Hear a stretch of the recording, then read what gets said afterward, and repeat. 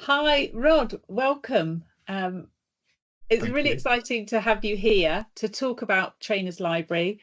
As you know, I'm a coach and run a coaching business, and we have a lot of coaches that incorporate training within their field of work. And so I really am looking forward to talking to you today about what Trainers Library is and what it offers and how they can link into it. So, what is Trainers Library?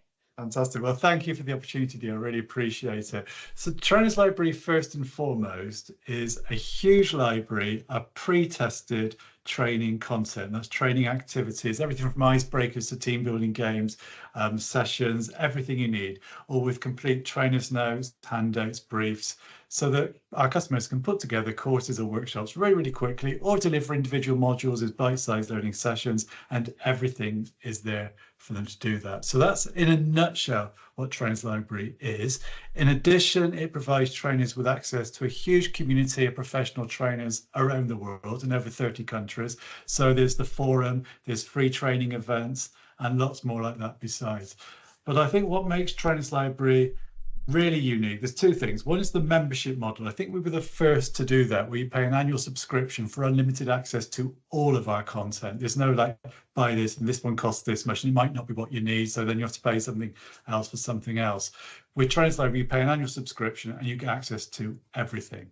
But the other thing that makes us really unique, I think, is our passion for creating training that's really learner-led, that's experiential, it's engaging, it's participative, and it's fun. We want to ensure that both trainers and the learners have fun learning and are never bored.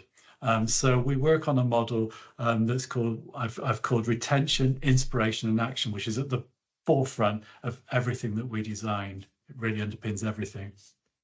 Wow. I mean, that sounds really, really forward thinking and absolutely hits the nail on the head in terms of keeping learners engaged, because we know if they're emotionally engaged with it, they're going to be in it, learn and take that away. It's going to embed, isn't it? So tell me a bit more about retention, inspiration and action. That sounds quite exciting. Okay, so it's a really simple idea, but basically imagine, I use a little sort of an activity that I use with when I'm training trainers.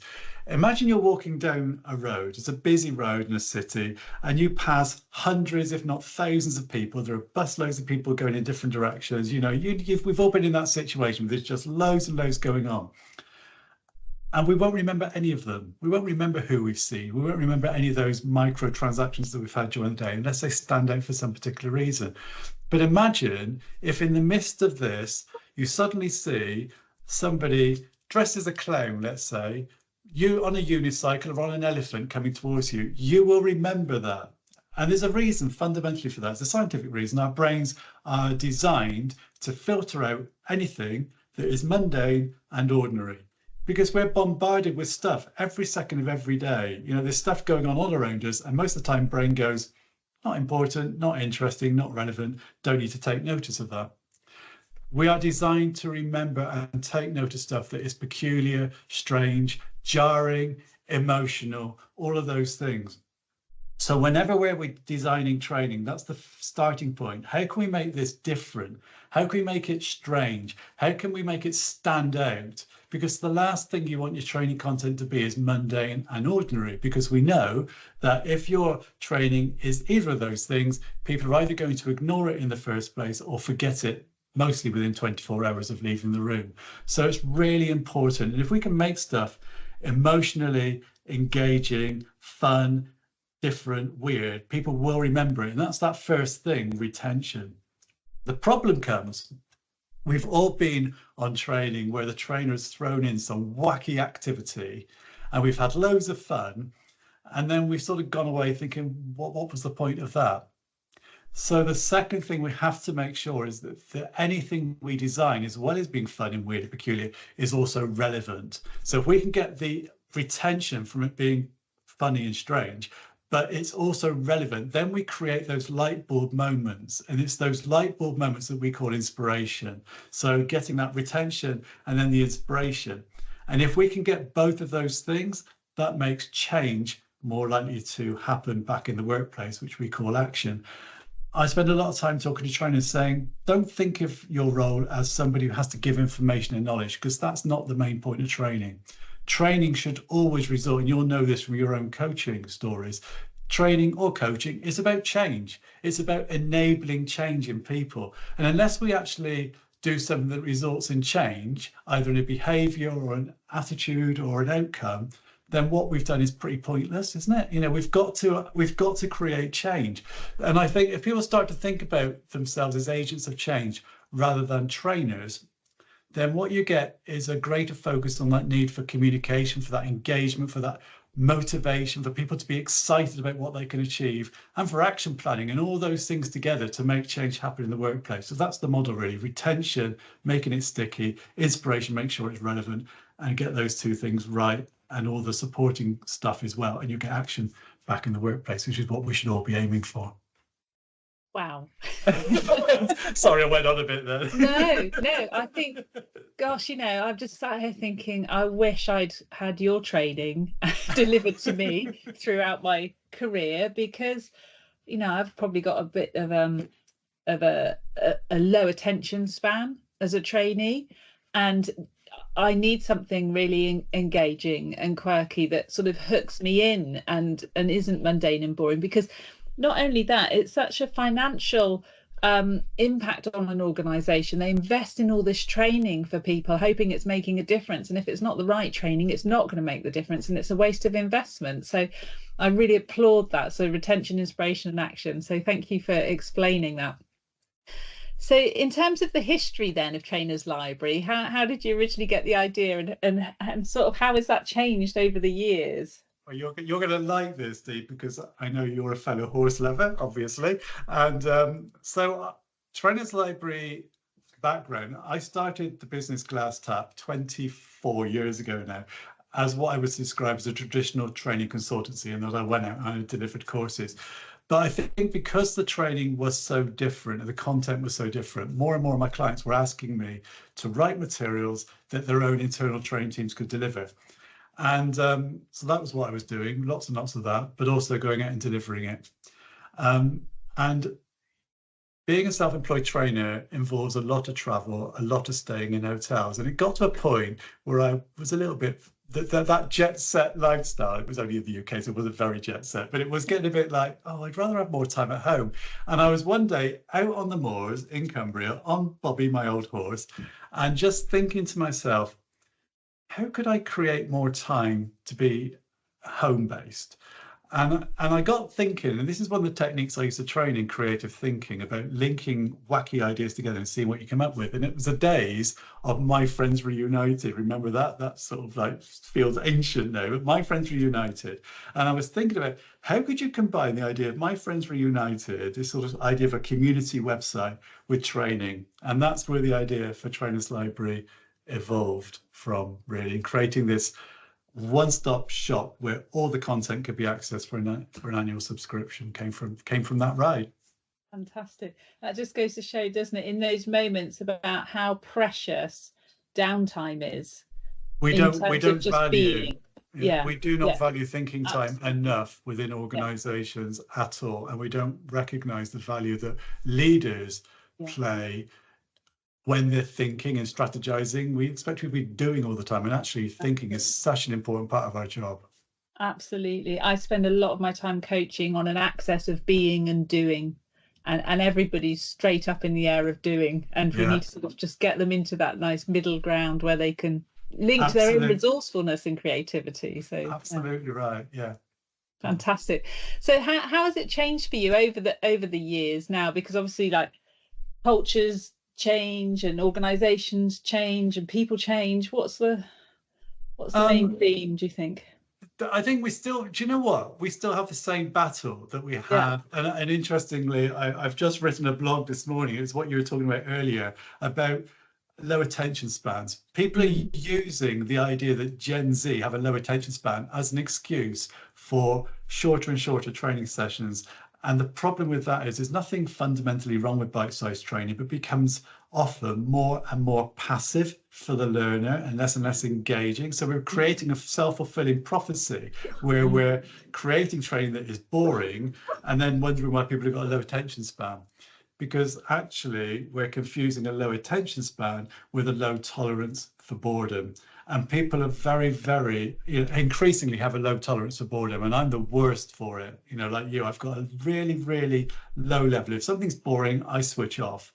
And I think most learners are like that to a greater or lesser extent. So we're still having that battle about making it engaging. So actually, not a lot has changed. The challenges have changed slightly. 20 years ago, it was all about e-learning is going to take over the world. Well, that's got a useful addition to the portfolio, but it doesn't take away from that need for real engagement in the learning. And because of what we're developing is training around all of those core behaviors, those needs don't change. People still need emotional intelligence. They need to understand about equal opportunity and diversity. They need good negotiation skills. They need to understand what the difference is between leadership and management. So actually, those skills are fundamental to any organization at any time. So, yeah. I think that's so true, and it really hits a nerve with me when you're talking about, Gen Z and how big a disservice we could be doing to generations of people with this kind of cultural belief that they don't have the ability to focus and concentrate. Because, if we start to précis things down, we're missing massive opportunities for learning. People can't engage effectively or embed it, can they? So there's no opportunity for them. Sorry to interrupt. There's no opportunity for them to create their own solutions because we're just giving them information. Yeah. And I say in my blog this morning, it's weird, I was writing it this morning, but I actually said, we almost use this idea that Gen Z have got a low attention span, when I think a lot of us have, as an excuse for poor learning, when actually the blame should fundamentally be on the training design. Because if we can create training that is engaging, people don't get bored. Absolutely. I've never had somebody leave a training course that I've run using Trainers Libarary material and say, "Oh, that was boring." That's never happened ever. Fantastic! I mean, isn't that amazing? It is. Testament. Yeah, it's incredible. It is incredible. So brilliant. So in terms of membership, then, if my coaches and people that I know are looking to sign up to Trainers Libarary, what would membership give them? Okay, so I've got it on my screen just to remind myself. We have 3 levels of membership. So we have what we call Essential, Pro, and Enterprise. And I'll be honest, Enterprise membership tends to be for big corporates, probably less useful to the majority of your client base. So I'll talk mostly about Essential and Pro. With Essential membership, which is really, really cost effective, we guarantee it'll always cost less than a cup of coffee per day.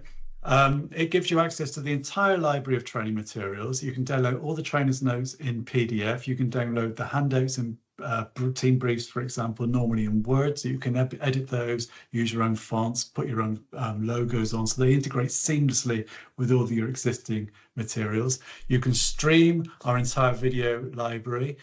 You can attend discovery days, which are training events for trainers, completely free. You get a direct line to a relationship manager, and you get loads of other tools and resources as well, like an image library, quotations library, loads and loads of other stuff. But that's the key things. Pro membership gives you all of that. What it does then is it has the ability to download the trainer's notes in Word, which obviously gives you another another element of flexibility and being able to sort of adapt and add your own stuff into the trainer's notes. And it also gives you the ability to download the videos so that you can integrate them into a PowerPoint slide, for example, or play them just from your hard drive and not have to worry about internet connections. In terms of cost, then, where are things at for those levels? So basically, we quote based on individual circumstances. So it's the quotes are based, for example, if you're an internal person, it'll be based on the size of your organization, the number of employees you're responsible for training, and the number of trainers you have. If you're a self-employed trainer, then it's just based on the number of trainers and whether you use associates and how many associates, for example. But fundamentally, we guarantee that it will cost you for an essential membership less than a daily cup of coffee from a main store chain. We're probably one of the popular chains. And we guarantee also that we will never, ever, ever put up that annual subscription once you've joined. So that if you're still with us in 20 years, in some customers are with me from 20 years ago, you will never pay more than what you pay that first year. Crikey, you can't get better value than that. Hopefully not. That's loyalty repaid, though, isn't it? Exactly. Because I think it would be, a disservice, and almost, it's not dishonest, but it's a little bit like if you pay for something and then you've got to factor in any potential price increases, which could be at our beck, you know, whatever we want to charge in the future years. It creates a level of uncertainty. We want customers to feel certain that they know what that product is going to cost them for the life of their membership. Yeah, absolutely. And I think in this day and age, being subject to so many companies and organizations that are trying to hook us in and then sort of almost capture us and then add on that's out of our control. Exactly. I mean, I literally missed a deadline the other day. I thought I'd cancelled something, and a month later it hadn't worked for whatever reason. I don't know how. And then they're charging me to get out. Yeah, you know, a huge sum to get out, and it's not good business. It's not fair. People feel very put off against the company. Absolutely. So I it's really worth the reputation. We're passionate about providing exceptional customer service. And one thing I forgot to mention: if you are a self-employed trainer or a coach, you can pay monthly as well. There is a monthly payment plan option to help you spread that cost as well. Yeah, fantastic. Okay, that's amazing. I'm so grateful for your time today and explaining it. And I really hope that some of the coaches take this on board, because I know it's such a fantastic resource and such a genuinely good company that's been going for a long time. And it's I think we spoke about this before, but in this day and age, you know, it's hard to get the real people, because there's so much stuff that's being thrown at us. We tend to tune out everything and everybody, and that's at the expense of the really decent people like yourself that are there doing a really good job for others. Bless you for that. But yeah, it's right. It is challenging. It is challenging, but hopefully, and most of our custom comes from word of mouth. Yeah. So that speaks volumes, I suppose. But you know, and we've got a very loyal customer base, which is really important to us. All those people, you know, the pioneers that joined us 20 years ago that are still with us today, you know, they've been so supportive, and that counts for so much. Brilliant. Well, big thank you to them. Yeah, we do. and so you're going to put a link out at the end of the video. Yeah. Put something on the video so people can access the training library. Absolutely. It's very easy to find. It's just www.trainerslibarary.com. There's buttons to request a quote. There's buttons to get some free samples and all sorts of free resources. But I'll put a link on. Yeah. So thank you so much, Rod. It's been a real genuine pleasure, and I hope it generates some new customers for you. And I really appreciate the opportunity to talk about Trainers Libarary. As you could tell, I get a little bit excited still after 20 years when I'm talking about it, but I do believe it's a fantastic service, and I just really appreciate the opportunity to talk about it.